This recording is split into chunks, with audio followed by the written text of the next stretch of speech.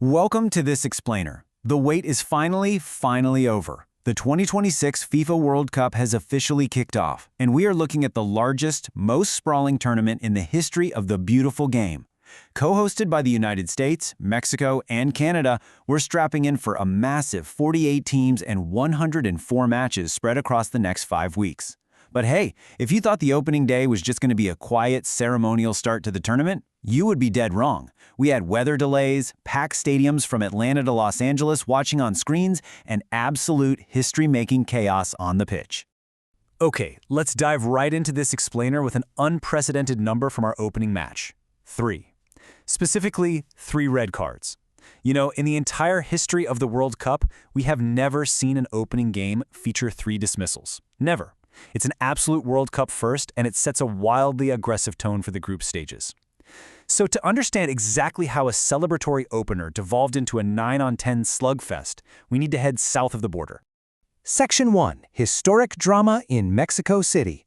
Inside a rain-soaked Estadio Azteca, up at 7,000 feet of altitude, with fans draped in flags and luchador masks, the action unfolded incredibly fast. Mexico struck first and struck early. In the 16th minute, Julian Quinones, who interestingly enough was born in Colombia and actually rejected a call-up from them back in 2023, drilled the first goal of the tournament after a South African giveaway.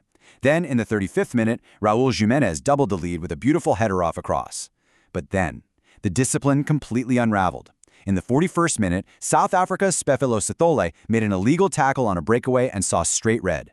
Fast forward to the closing 10 minutes of the match, and things got incredibly messy. Following a VAR review, South Africa's Themba Zwane was sent off, reducing his team to just 9 men. And moments later, Mexico's own Cesar Montes was shown a red card for a strong tackle on a South African breakaway. Just a remarkably physical, bruising first game. Now, the underlying numbers tell the real story of the gameplay amidst all those red cards. Notice Mexico's absolute dominance here. 60% possession and .66 expected goals, completely overshadowing South Africa's .07. In fact, South Africa generated 0 big chances. They had some early looks that veteran goalkeeper Ronwen Williams tried to spark from the back, but ultimately, Mexico controlled the tempo, the ball, and the scoreboard, winning 2-0. And that dominant performance carries so much weight when you consider the immense pressure these host nation players are under. Look at this quote from Mexico's Eric Lira. He said, "It's a huge responsibility because 11 Mexicans are representing a country of 180 million people.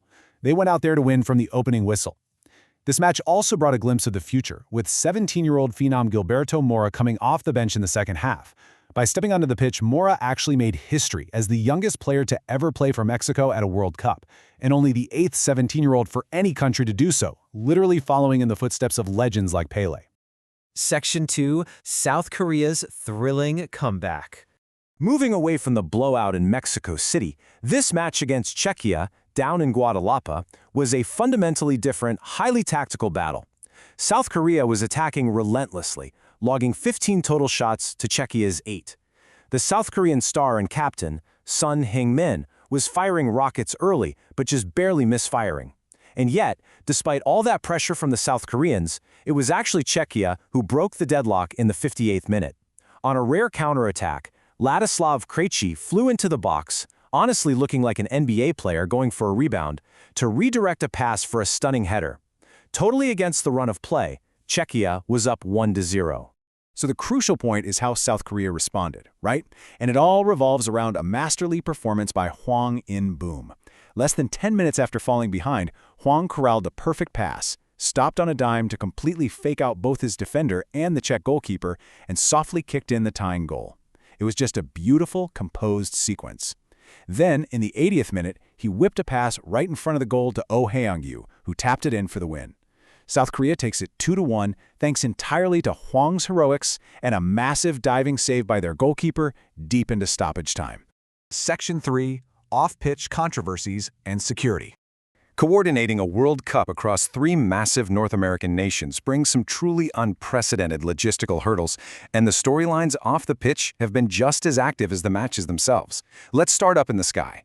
Drones pose a unique challenge because the tech evolves so fast, and they can carry anything from cameras to dangerous payloads. To prep for this, the FBI ran a first-of-its-kind federal training program over at the Redstone Arsenal. They've trained over 60 local, county, and state law enforcement agencies specifically to detect and deter unauthorized drones and to enforce the FAA's strict restricted airspace rules around the stadiums. Beyond security, there are administrative complexities. This breakdown highlights some of the logistical and geopolitical hiccups making headlines right now. On the ticketing front, attorneys general in New York, New Jersey, Texas, and California have announced investigations into FIFA's ticketing policies, with Texas claiming fans were misled about seat locations. Regarding visas, Omar Artan, who was slated to be the very first Somali referee to work a World Cup, was unfortunately denied entry into Miami. And logistically, due to ongoing geopolitical tensions, the Iranian national team had to relocate its training base from Arizona to Tijuana, Mexico, though they'll still be playing their group stage matches in Los Angeles and Seattle. Now, in response to these wide-ranging issues, FIFA President Gianni Infantino addressed the press in Mexico City. He maintained that he doesn't regret choosing the U.S. as a co-host. Regarding the various challenges, his stance is captured pretty clearly right here. Maybe sometimes it's good as well to chill, relax, we work on everything, we try to resolve everything. He noted that they obviously don't control every aspect of international travel, but he stressed that FIFA is successfully managing an incredibly complex global event. Section 4. The 48-team road ahead. With the field expanding from 32 teams to 48, the math of surviving the group stage is completely shifted. Let's walk through exactly how a team punches their ticket to the knockout rounds. Step 1. The top 2 teams in each of the 12 groups automatically advance to the round of 32. Simple enough, right? Step 2. That leaves 8 remaining open slots. Those are awarded to the 8 third-place teams that have accumulated the most points. Step 3 is where it gets incredibly stressful. If teams are tied on points, the tiebreakers kick in. First, goal differential, then the number of cards a team has accumulated, and finally, their FIFA World Ranking. Remember those 3 red cards in the Mexico-South Africa match? Those aren't just one-game suspensions. Those card accumulations could literally be the difference between South Africa going home early or sneaking into the round of 32 as a third-place team. Every single action matters. So who is taking the pitch next? All eyes turn to Inglewood, California, where the U.S. men's national team opens their campaign against Paraguay. It's been 20 months since coach Mauricio Pochettino was appointed to lead them, and he is projecting a lot of optimism, stating all 26 players, including recently injured defender Chris Richards, are available. But Paraguay, they are no easy out.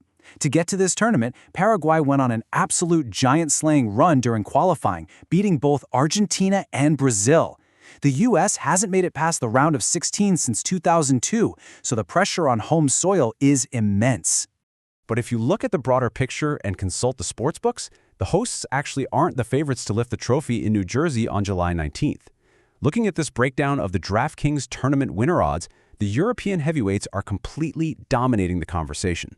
Spain, the reigning European champions, sit as the favorites at plus 450. A deeply stacked French squad featuring Kylian Mbappe is right behind them at plus 475, and England rounds out the top 3 at plus 750. Which brings us to the ultimate question for this explainer. We've already seen history made on day 1 with stunning red cards, teenage debuts, and dramatic comebacks. In a historic 48-team tournament featuring a grueling 104 matches, will the sheer length and size of this event allow a surprise underdog to rise up and shock the globe? Or is this massive format just going to pave the way for a traditional powerhouse with a deep bench to claim the 2026 World Cup?